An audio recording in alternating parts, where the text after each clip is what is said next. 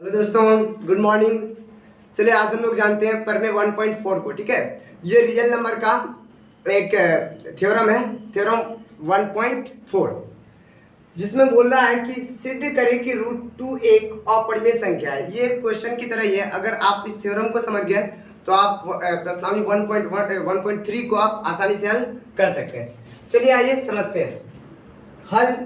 माना कि √2 एक परिमेय संख्या है, यानी हमें कहा जा रहा है सिद्ध करने के लिए कि √2 एक अपरिमेय संख्या है।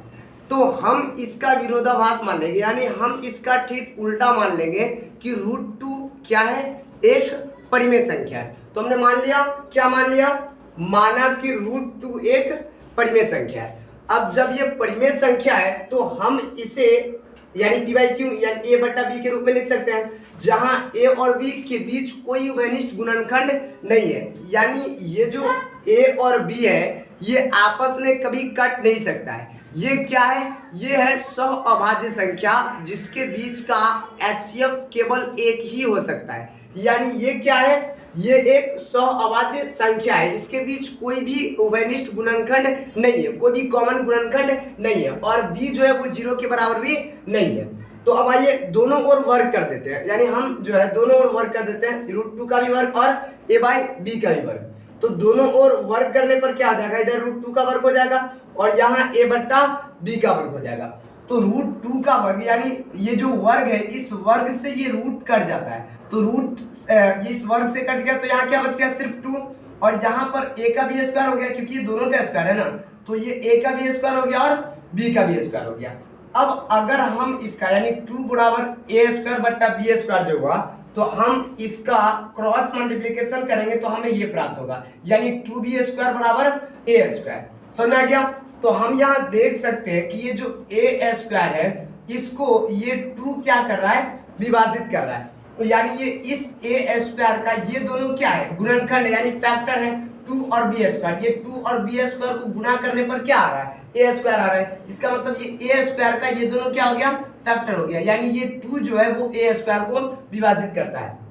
और हमने प्रमेय 1.3 में पढ़ाया था आपको कि अगर कोई भी संख्या किसी दूसरी संख्या के वर्ग को विभाजित करता है तो वह संख्या यानी उसके स्क्वायर ना हो तो यानी a को भी विभाजित करेगा। जैसे अगर कोई संख्या a² को विभाजित कर रहा है तो ये a को भी विभाजित करेगा, ठीक है ना। तो यहाँ पर भी सेम वही चीज है, अगर ये 2 जो है a² को विभाजित कर रहा है तो यहाँ पर 2 जो है वो ये 2a को भी विभाजित करेगा, है ना। हमने लिख दिया यहाँ 2a को भी विभाजित करेगा प्रमेय 1.3 से, ठीक है। अगर आप प्रमेय 1.3 नहीं देखे तो पहले जाकर उसको देख लीजिए, ठीक है, प्लेलिस्ट में आपको मिल जाएगा।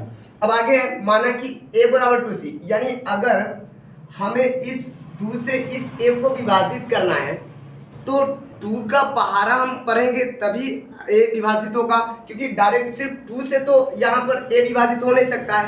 2 से हम किसी न किसी संख्या को या किसी न किसी चीज को गुना करेंगे तभी तो a आएगा। तो हम मान लिए क्या कि 2 को c से गुना करने पर a आ गया, है ना, यानी 2c बराबर a। तो अब 2c बराबर जब a हो गया तो हम a की जगह पर ये 2c भी रख सकते हैं। तो हमने यही किया है कि 2b² बराबर जहां पर a है वहां पर हमने 2c ले लिया है, क्योंकि यहाँ पर हमने मान लिया a बराबर 2c। तो ये 2c हो गया, यानी 2b² बराबर 2c²। तो ये 2b² वैसे ही रहेगा। अब 2c² का ये जो वर्ग कर 2c का वर्ग करेंगे तो क्या आ जाएगा, 4c², क्योंकि 2 का स्क्वायर आ जाएगा 4 और c का स्क्वायर ही रहेगा। अब ये 2b² बराबर 4c² आ गया, तो इसीलिए b² जो है यानी ये 2 से 4 कट जाएगा तो कितना हो जाएगा, ये 2c² बच जाएगा। तो अब ये b² यहाँ पर 2 को हम c² से गुना कर रहे हैं तो यहाँ पर b² कट रहा है, यानी अतः 2 से जो है b² को विभाजित करेगा, यानी ये जो 2 है वो b² को विभाजित करेगा, ठीक है ना। अब यहाँ ध्यान से देखिए, हमने जो या 2 अगर b² को विभाजित करेगा तो 2b को भी विभाजित करेगा, है ना। तो अगर 2b को भी विभाजित करेगा इसका मतलब ये हुआ कि b और यहाँ पर a, ठीक है, ये दोनों के बीच 2 जो है वो एक उभयनिष्ठ गुणनखंड है ना। हमने बताया आपको कि यहाँ 2 जो है a को भी विभाजित कर रहा है और यहाँ 2b² को विभाजित कर रहा है, इसका मतलब 2b को भी विभाजित करेगा।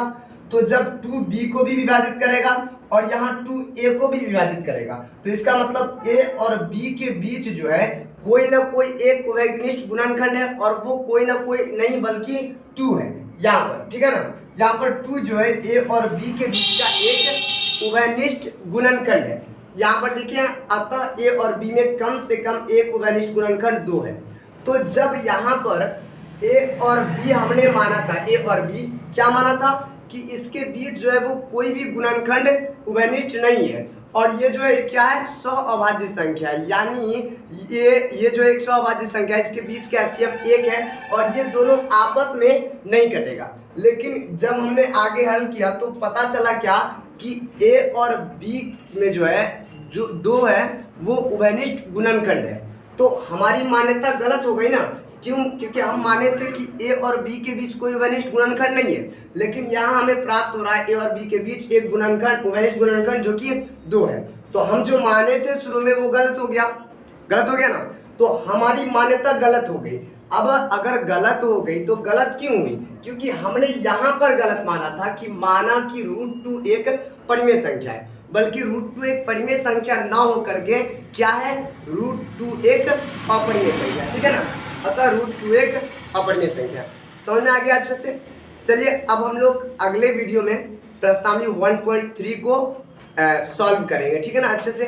अगर आप हमारे चैनल पर नए हैं तो आप हमारे चैनल को सब्सक्राइब कीजिए, अपने दोस्तों के साथ शेयर कीजिए, और वीडियो अगर पसंद आया हो तो इन्हें लाइक कीजिए, ठीक है।